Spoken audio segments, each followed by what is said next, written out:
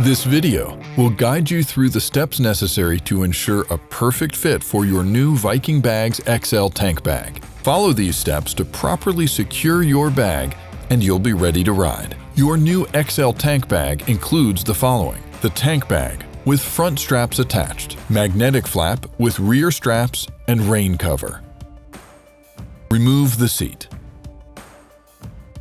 Remove the mounting screw at the rear of the fuel tank. Place the magnetic flap on top of the fuel tank. Install the rear straps using the screw and washers. Replace mounting screw and tighten. Place the bag on the tank and insert the metal T-end of the right strap into the slot in the frame neck on the right side of the bike. Rotate the T-end to secure it inside the neck slot. Repeat this process for the left side.